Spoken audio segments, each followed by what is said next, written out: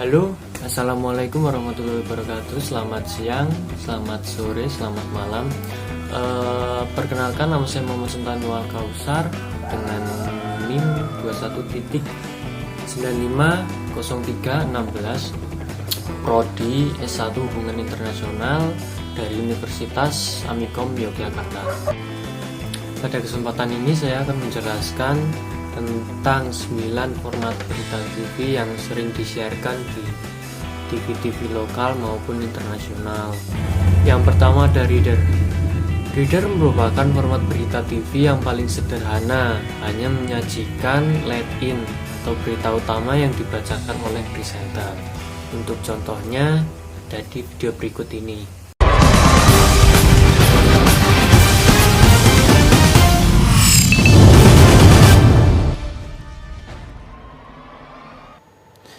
Selamat siang pemirsa, Anda menyaksikan Breaking News TV One. Pemirsa, Presiden Rusia Vladimir Putin beberapa saat yang lalu sudah mengumumkan bahwa operasi militer di Ukraina sudah dilakukan untuk membela separatis di wilayah timur negara tersebut.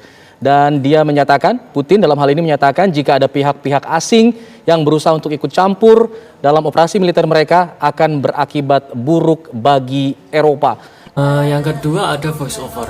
Voice Over adalah format berita TV dengan lead-in dan tubuh beritanya dibacakan oleh presenter dan menyajikan gambar yang sesuai dengan narasi. Dan untuk gambar sendiri itu mungkin durasinya 20-30 detik. Untuk contoh format berita TV voice over ada di sebelah. Sahabat Kompas.com, sudah 2 tahun Harun masih buron. Harun adalah tersangka dugaan suap pergantian antar waktu anggota DPR periode 2019 hingga 2024. Sejak dimasukkan ke dalam daftar buron pada Januari 2020, KPK masih belum menemukan keberadaan Harun hingga saat ini. Kasus ini pun menuai sorotan dari mantan penyidik KPK, Novel Baswedan. Novel mengungkap ada sejumlah alasan mengapa Harun seolah sangat licin sehingga keberadaannya sulit dideteksi penegak hukum. Ia menyebut hal ini lantaran diduga ada intimidasi terhadap tim KPK saat mengusut kasus Harun. Selanjutnya yang ketiga, yaitu voice over grafik. Hampir sama dengan voice over sebelumnya, namun yang ditampilkan itu hanyalah grafik, bukan gambar. Hal tersebut terpaksa dilakukan karena peristiwa yang diliput mungkin bisa dibilang sedang berlangsung. Untuk contohnya ada di video berikut ini. BMKG mendeteksi adanya pertumbuhan siklon tropis Cempaka yang terjadi di selatan pesisir Pulau Jawa pada hari Senin malam. Dan dampaknya angin kencang dan hujan lebat akan terjadi di beberapa daerah termasuk juga di Jakarta. Apa sebenarnya siklon tropis Cempaka itu akan kita bahas bersama. Siklon tropis Cempaka adalah bibit siklon tropis 95S yang telah berkembang dan juga mengakibatkan, kita lihat di sini, mengakibatkan perubahan dari pola cuaca di sekitar lintasan. Siklon tropis Cempaka ini bergerak ke arah timur laut menuju wilayah Indonesia dengan kecepatan 5 knot atau 9 km per jam. Dan beberapa dampak yang ditimbulkan oleh siklon tropis Cempaka antara lain, salah satunya adalah potensi adanya hujan yang lebat di berbagai wilayah. Selama 3 hari mendatang, bukan hanya di Jakarta saja, kita lihat di sini di Jakarta, namun juga di Banten, kemudian di Jawa Tengah dan juga di Yogyakarta, Jawa Timur juga termasuk wilayah yang memiliki potensi hujan lebat. Selanjutnya, selain hujan lebat, berpotensi juga angin kencang. Angin kencang ini berkecepatan 30 knot akan menghantam beberapa wilayah seperti di Kepulauan Mentawai, Sumatera Selatan, kemudian di daerah Bangka Belitung, kemudian juga Lampung, terus menuju ke Pulau Jawa, Banten, Jawa Tengah, Yogyakarta, dan sekitarnya. Kemudian untuk di perairan seperti di Laut Jawa, Selat Sunda bagian utara, perairan utara Jawa Timur hingga juga Kepulauan Kangean, Laut Sumba, Selat Bali hingga Selat Alas, Selat Lombok bagian selatan dan perairan selatan Bali hingga Pulau Sumba. Jadi kita bisa lihat angin kencang akan berpotensi hingga dari Sumatera menuju ke Pulau Bali. Selanjutnya, yang ketiga adalah potensi dari adanya gelombang tinggi, dan gelombang tinggi ini bisa sekitar 2,5 meter hingga 6 meter. Ini diperkirakan akan menerpa perairan selatan Jawa Timur, kemudian juga Selat Sunda bagian selatan, kemudian perairan selatan Banten hingga ke Jawa Barat, Samudra Hindia, Bengkulu hingga selatan Jawa Tengah. Siklon tropis Cempaka ini diperkirakan juga akan bertahan selama 2 hingga 3 hari mendatang.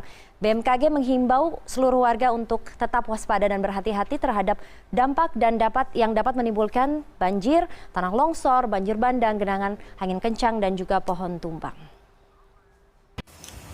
Yang keempat ada sound on tape. Sound on tape ini hanya berisi let in dan soundbite atau rekaman dari narasumber. Presenter hanya membacakan let in lalu disusul dengan pernyataan narasumber melewati soundbite atau rekaman suara. Dan untuk contoh beritanya ada di video berikut ini. Jepang mengkonfirmasi Korea Utara telah meluncurkan setidaknya 2 rudal balistik dan menyebutnya sebagai upaya provokasi. Menurut Menteri Pertahanan Jepang, Nobuo Kishi, peluncuran 2 peluru kendali ini terjadi saat pertemuan puncak pemimpin Quad Amerika Serikat, Jepang, India, dan Australia yang dilakukan di Jepang pada pekan ini. Jepang sendiri menyebut uji coba ini sebagai upaya provokasi dan telah mengirimkan protes resmi ke pemerintah Korea Utara. Sejauh ini tidak dilaporkan adanya kerusakan yang ditimbulkan akibat uji coba nuklir ini yang jatuh di sebelah timur utara Laut Jepang, namun di luar zona ekonomi eksklusif Jepang.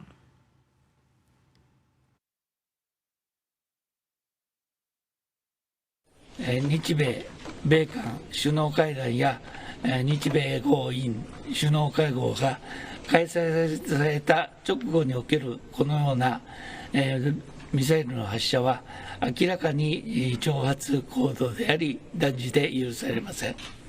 さらに新型コロナ感染症を拡大している状況にあっても市民の命や暮らしを顧みることなく核・ミサイル開発に注力し続けています。関連する安保理決議に違反するものであり強く非難いたします。北朝鮮に対しては大使館ルートを通じて抗議を行いました。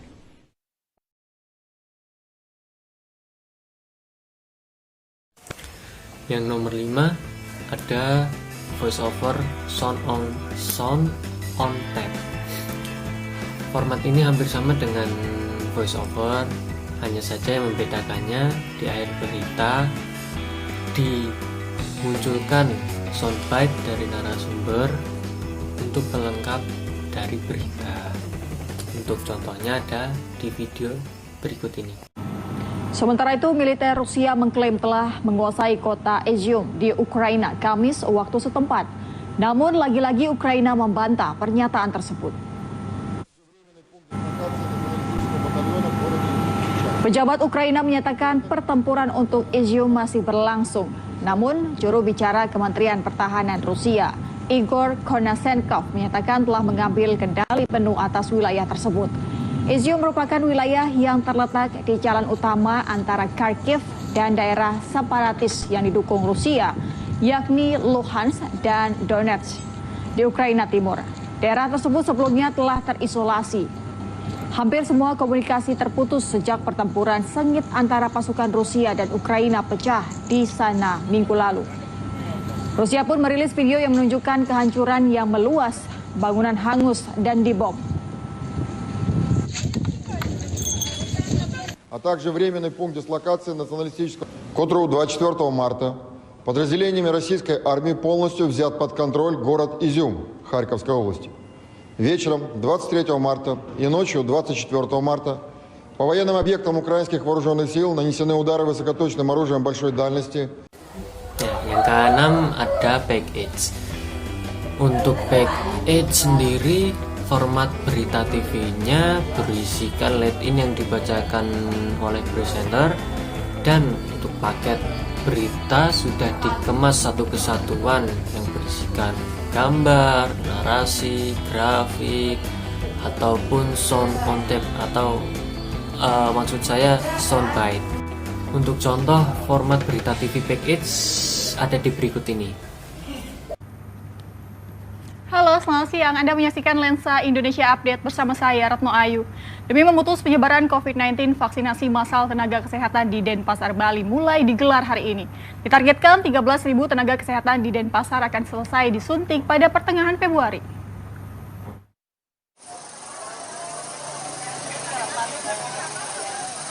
Dinas Kesehatan Kota Denpasar menyediakan 3 lokasi vaksinasi massal yang digelar selama 2 hari. Adapun kedua tempat tersebut berada di Poltekkes Denpasar dan Gedung Sewaka Dharma Wantilan DPRD Bali. Di Gedung Sewaka Dharma, vaksinasi massal telah berlangsung sejak pagi hari. Ratusan tenaga kesehatan pun sudah mendatangi halaman parkir untuk melakukan registrasi ulang. Di lokasi ini disediakan 5 pos vaksinasi dengan 6 hingga 8 orang vaksinator di setiap pos. Saat ini baru 7 ribuan tenaga medis Kota Denpasar yang telah mendapatkan vaksin. Alhasil, vaksinasi massal menjadi solusi untuk mencapai 100% penyuntikan dan mencapai 13.000 orang tenaga kesehatan. Kan itu 7.500, berarti kan dia kurang lagi 5 ribuan ya, 5 ribuan lebih. Nah ini sebenarnya kita harus cepat ya. Jadi memberikan divaksin secara cepat dan juga bersamaan sehingga betul-betul nanti herd immunity itu terbentuk gitu loh. Ditargetkan vaksinasi tenaga medis di Denpasar, Bali akan rampung pada pertengahan Februari ini sehingga dapat langsung melakukan penyuntikan bagi masyarakat umum pada Maret mendatang. Dari Denpasar, Bali, Wayan Handi Kurnia Putra, RTV. Selanjutnya yang ketujuh ada live on cam. Format berita TV ini berbeda dengan format-format sebelumnya, yang dimana format ini menyiarkan berita secara langsung di lapangan atau di tempat kejadian perkara. Untuk contoh live on cam-nya ada di video berikut ini. Dan untuk memantau situasi terkini di Kalimalang ada rekan Kevin Pakan. Selain itu ada Nata Arman di Tol Palimanan dan Vito Erlangga di Simpang Gentong serta Rizka Ayu di Stasiun Pasar Senen. Kita ke Kevin terlebih dahulu. Kevin, bagaimana situasi lalu lintas di sana? Ya, selamat sore Syafa, Davi dan pemirsa. Memang H-5 menuju Hari Raya Lebaran, ini situasi pada sore hari ini di Jalan Raya Kalimalang, tepatnya di perbatasan Jakarta Timur dan juga Bekasi Barat, ini sudah mulai ada peningkatan volume kendaraan. Memang berdasarkan pantauan kami sejak tadi siang hingga pada sore hari ini, bahwa memang ini sudah mulai terlihat begitu masyarakat atau warga yang akan melakukan mudik ke arah Bekasi begitu dan juga melewati ke ruas jalan arteri. Dan memang berdasarkan pantauan kami, tadi kami juga sempat bertanya kepada pihak petugas yang sedang berjaga tepatnya di Pospol Haji Naman Kalimalang ini. Tadi pihaknya mengatakan bahwa memang barulah per sore hari ini terjadinya peningkatan volume kendaraan, tepatnya bagi kendaraan roda 2. Syafa, David dan pemirsa, dapat kami perlihatkan kepada Anda bahwa beginilah kondisi terkini tepatnya di Pospol Haji Naman, yang mana kami melihat petugas gabungan yang terdiri dari polisi dan juga dinas perhubungan terus melakukan pengaturan jalan yang akan mengarah ke Bekasi maupun yang akan mengarah ke Jakarta. Dan juga tadi pihaknya menuturkan bahwa nantinya bila terjadi penumpukan kendaraan yang cukup signifikan, pihaknya akan melakukan koordinasi kepada pos-pol yang ada di sepanjang Kalimalang ini, karena memang sebagai informasi tidak hanya pospol di sini saja, namun ada sekitar 30 pospol yang terus memantau adanya arus mudik pada tahun ini. Dan memang nantinya bila terjadi peningkatan yang cukup signifikan akan diberlakukan adanya satu arah maupun juga kontraflow. Namun sampai dengan saat ini pihaknya menuturkan masih belum melakukan hal tersebut karena masih bisa dilakukan proses pelancaran jalan seperti itu.